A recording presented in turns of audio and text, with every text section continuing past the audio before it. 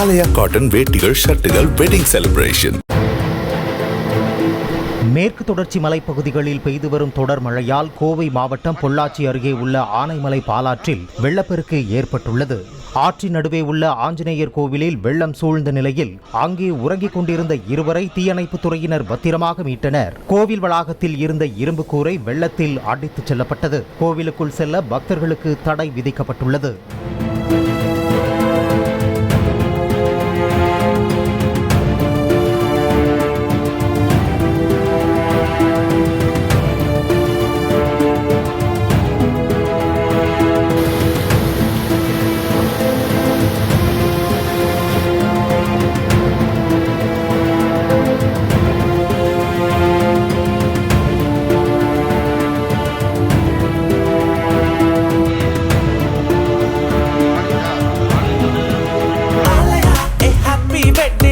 ஆலயா cotton வேட்டிகள், ஷர்ட்டுகள், wedding celebration.